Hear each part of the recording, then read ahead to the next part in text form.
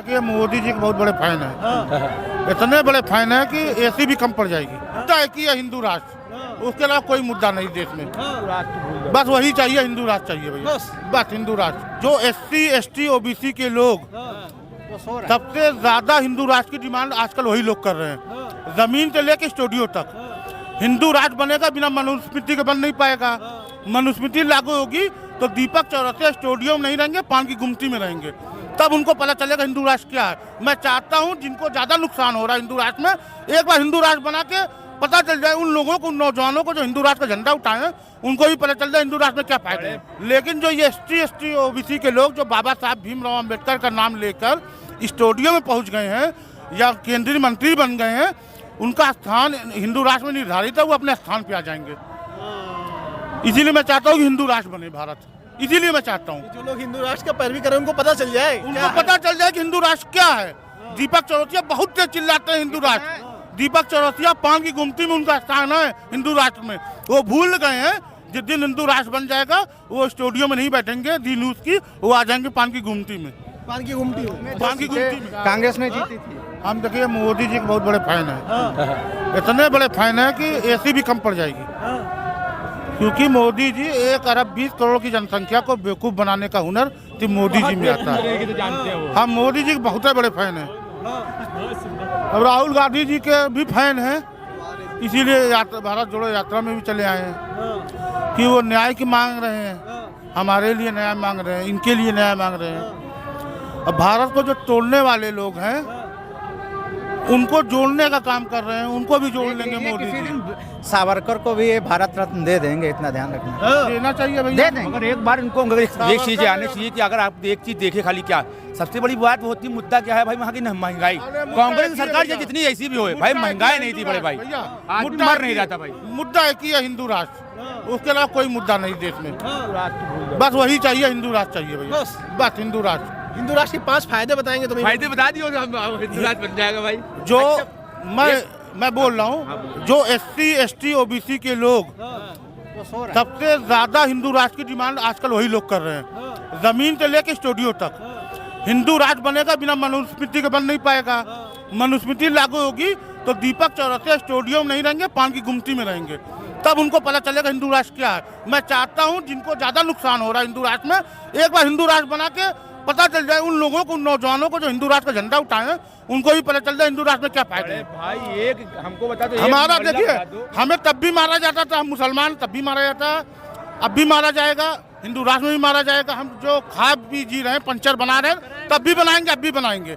लेकिन जो ये ST ST OBC के लोग जो बाबा साहब भीमराव अम्बेडकर का नाम लेकर स्टूडियो में पहुंच गए हैं या केंद्रीय मंत्री बन गए हैं, उनका स्थान हिंदू राष्ट्र में निर्धारित है, वो अपने स्थान पे आ जाएंगे। इसीलिए मैं चाहता हूँ कि हिंदू राष्ट्र बने भारत, इसीलिए मैं चाहता हूँ जो लोग हिंदू राष्ट्र का पैरवी करें उनको पता चल जाए, उनको पता चल जाए कि हिंदू राष्ट्र क्या है। दीपक चौरसिया बहुत तेज चिल्लाते हैं हिंदू राष्ट्र। दीपक चौरसिया पान की गुमटी में उनका स्थान है हिंदू राष्ट्र में। वो भूल गए हैं जिस दिन हिंदू राष्ट्र बन जाएगा वो स्टूडियो में नहीं बैठेंगे दी न्यूज की, वो आ जाएंगे पान की गुमटी में। पान की गुमटी में, पान की गुमटी में चौरसिया काम था पान लगाना, जैसे शर्मा जी का काम लोहार वाला नहीं होता है वो। तो एक चीज मैं आपसे कह रहा हूँ, नेता तो बहुत हैं, ठीक है, मगर सबसे पढ़ा लिखा नेता है कौन, आप बताइए। सबसे बड़ा कौन से बड़े नेता का तुमने अभी तक डिग्री नहीं देख पाया है? हमने और किसी का नेता का देखा ही नहीं, और मैं नाम तो किसी का ले नहीं सकता। प्लस डरने वाली बात, इसमें डरने हम का घर तोड़ेंगे, पहले वो कुछ नहीं होगा। पहले मेरी बात सुनो, मैं ये कहना चाह रहा हूँ, घर टूटने वाली बात नहीं, पहले मेरी बात सुनो। जो पढ़ा लिखा है उसको मैं बता सकता हूँ, और बता रहा हूँ ना, मैं बता रहा हूँ सबसे बड़ा पढ़ा लिखा नेता कौन है।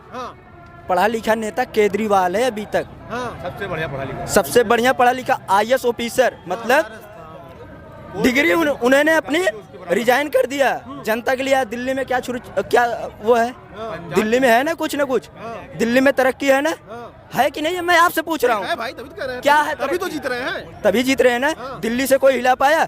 नहीं हिला पाया। उत्तर प्रदेश के लिए अखिलेश यादव, वो सही है। अभी मैनपुरी में देख लो, सिंपल सी चीज, मैनपुरी में देख लो, ठीक है, मैनपुरी से निकाली कि नहीं निकाली सीट। अभी भाजपा को ये सिर्फ दिखावटी है अभी। लेकिन योगी जो कह रहे हैं, आप क्या करते हो? मैं जॉब करता हूँ। जॉब करते हैं। हाँ, योगी जी अभी कह रहे हैं कि इन्वेस्टर समिट हुआ है, उससे बहुत फैक्ट्रियां रोजगार आए हैं। कह रहे हैं कि देश में जो युवा है वो आत्मनिर्भर हो गया है। वो राम मंदिर वही फैक्ट्री है, राम मंदिर, समझ रहे हो, राम मंदिर फैक्ट्री है वहाँ पे। प्लस वहाँ पे कोई कॉलेज बना होता, बच्चे पढ़े होते। डॉक्टर साहब भीमराव अम्बेडकर ने क्या बोला था? आगे बढ़ो, संघर्ष करो, बढ़ो आगे। उन्होंने कहा, और उन्होंने ना कोई जात, ना कोई धर्म, ना कोई कुछ बना के गए थे, ठीक है, सबको एक बराबर हक दे के गए थे। मगर उसमें क्या है, अब मंदिर बना दिए तुम, चलो ठीक है मैं मानता हूँ, बन गया ना। जितना पैसा उसमें खर्चा हुआ है उतना पैसा कॉलेज बनने में लगता है। तो कितने लड़के गाँव से वहाँ पे पढ़ के कुछ ना कुछ डिग्री हासिल करते हैं, और अब वहाँ पे अब बीजेपी के लोग ये कह रहे हैं जो राम मंदिर बना है उससे देश मजबूत हो गया, विश्व में नाम हो गया है, राम राज्य आ गया है। ऐसा कुछ नहीं हुआ है। मैं कह रहा हूँ मंदिर से भिखारी लग रहा है। हाँ, मंदिर से भिखारी बढ़ेंगे। कैसे बढ़ेंगे भाई? मंदिर पे जाएंगे, भीख मांगेंगे। कॉलेज बना होता, शिक्षित बनते, कुछ तरक्की करते, देश की क्या तरक्की करेंगे? मंदिर से भिखारी बढ़ेंगे। मंदिर से भिखारी बढ़ेंगे भाई, भाई भिखारी बढ़ने भाई। 24 में हम कह रहे हैं, कोई भी मंदिर में चले जाओ, ऐसा कोई भिखारी नहीं मिलेगा। अगर 10 पुजारी हैं तो बाहर 10 भिखारी भी हैं भाई। 24 में उत्तर प्रदेश में लखनऊ और भी यूपी, पूरी यूपी की बात कर रहा हूँ मैं, सपा आ रही है। सपा? देखते जाओ। हाँ, सपा गठबंधन जाएगी। ये भाई एकदम सही बोल रहे हैं। अब जैसा जब जो भिखारी बनेंगे तो हम लोग ही जाएंगे मांगने के लिए ना, हम लोग ही जाएंगे ना। अगर सुनो, अगर हमको फ्री में राशन दे रहे, ठीक है, लेकिन हमारे लिए फ्री में पढ़ाई दे दो ना, हम राशन तो खरीद लेंगे। हम लोग गरीब आदमी है भाई, हम राशन सुना हो कि देखो, मेरे को इतना मालूम है, प्रधानमंत्री कोई बने, उत्तर प्रदेश का सीएम अखिलेश बने। प्रधानमंत्री कोई भी बने, उत्तर प्रदेश का सीएम सिर्फ अखिलेश बने। क्यों? क्योंकि जो काम वो करते हैं ना, वो काम अभी तक किसी ने नहीं किया। जो काम अखिलेश ने किया वो काम किसी ने नहीं किया। जैसे आजमगढ़ को जाके देख लीजिए। आजमगढ़ का रहने वाला मैं हूँ। अब आजमगढ़ को देख लीजिए। आप तो वैसे मीडिया वाले हैं, वैसे तो आप हर जगह जाते हैं, आपको तो ऑटोमेटिक पता होगा कौन से एरिया में क्या दिख रहा है। आजमगढ़ पहले देख लीजिए, फिर उसके बाद देख लीजिए। तो आपको लग रहा है जो काम अखिलेश यादव ने किया वो कोई नहीं कर पाया? नहीं, कोई सीएम नहीं किया। लेकिन योगी जी तो कह रहे हैं हमने रामराज ला दिया, सारे युवाओं को रोजगार दे दिया। मेरे को मिला? को नहीं मिला।